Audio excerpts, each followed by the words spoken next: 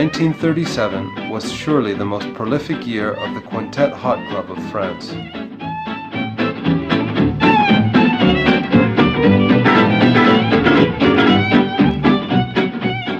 The fame of Django spread across frontiers, and he was soon considered to be one of the top guitarists in all the world.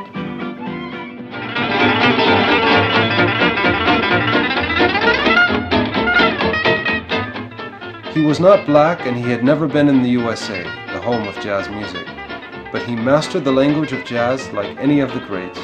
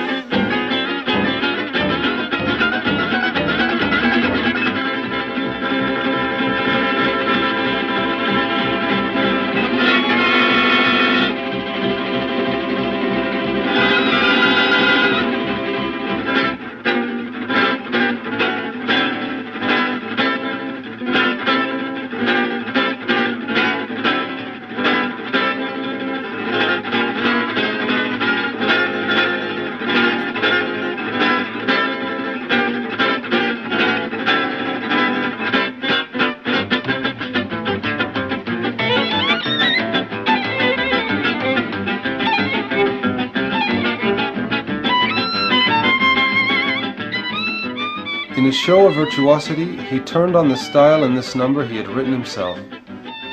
It was said that the rhythm section could not keep up with the pace Django set.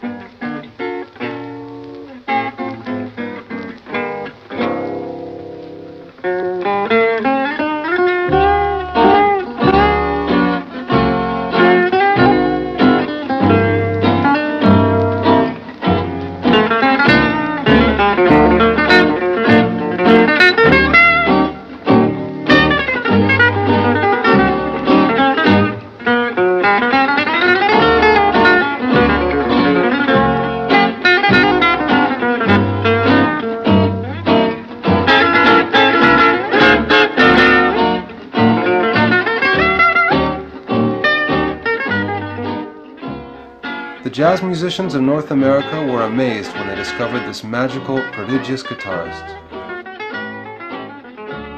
When Duke Ellington heard his own number, Sentimental Mood, played by Django, he paid a great compliment.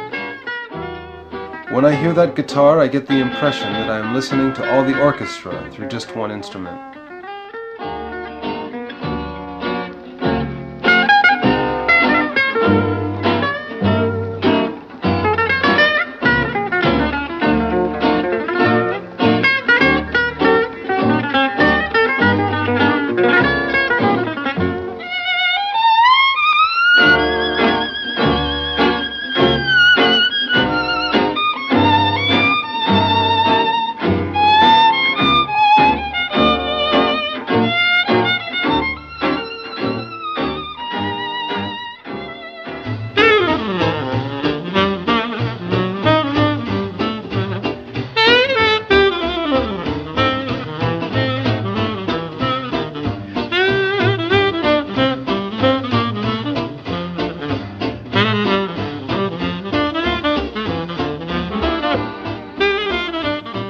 great many North American jazz musicians passed through Paris, and this was an opportunity for Django to perform with them.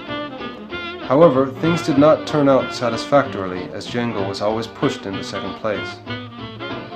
The recording companies took advantage of the prestige of musicians like Coleman Hawkins, Benny Carter, and Dickie Wells to offer the public circumstantial jazz. They formed bands for the recording studios with backup musicians who were outplayed by the Americans. Django was part of this scene, but he was not able to get anything positive out of it.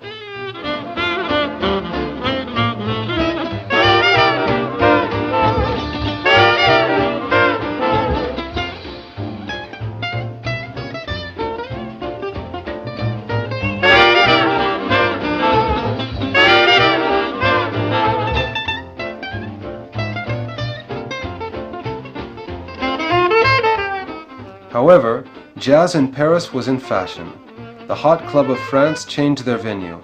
They moved to number 14, Rue Chaptal, near Pigalle. Among the most important musicians who went to the inauguration was Duke Ellington, where he met Django.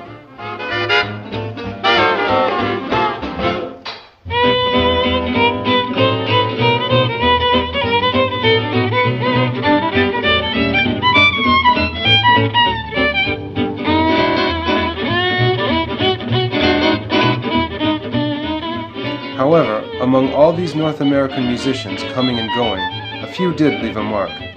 Eddie South was in Paris and recorded with Django and Grappelli. As a result, we still have some incomparable historic recordings.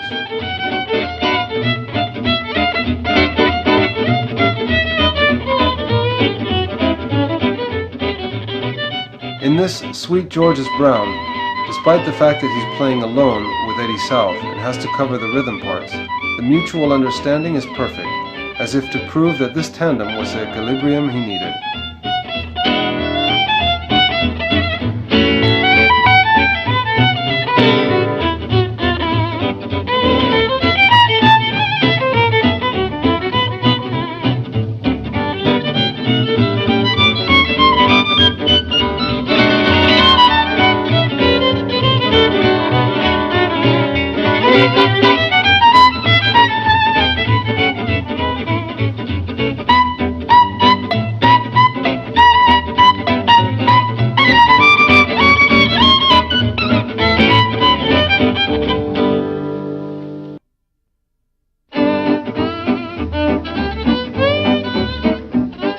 Django soon moved away from Eddie Long, just as he did from any other jazz guitarist. He had contributed his personality and undeniable quality. However, Grappelli, as we have already mentioned, continued with his style and was not capable of moving on. In this recording, this can be appreciated. The first chorus is by Eddie South.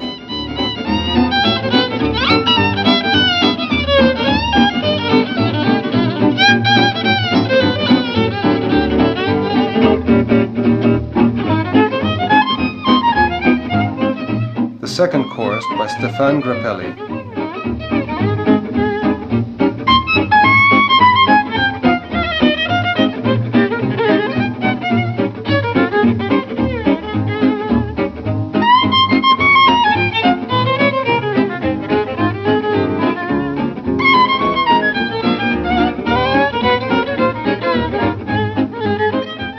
And afterwards there is a musical dialogue quite difficult to work out.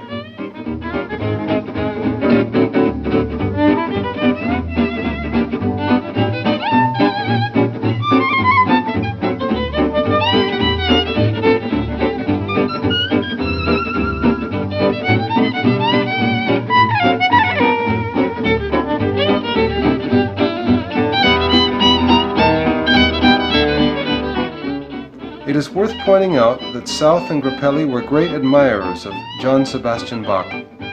When they had got together, they decided to record in a jazz style the first movement of this composer's concert in D minor.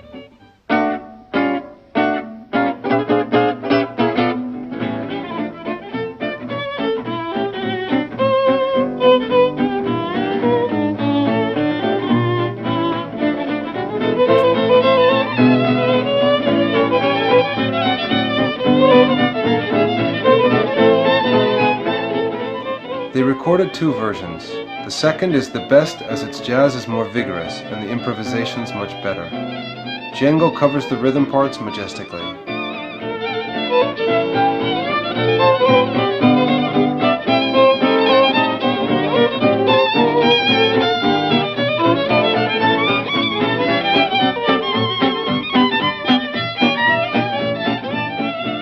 Once again, it was proved that the music of jazz is a language, a way of interpreting the music. The score is the basis, but on top of this comes the jazz, provided that the musicians master the language.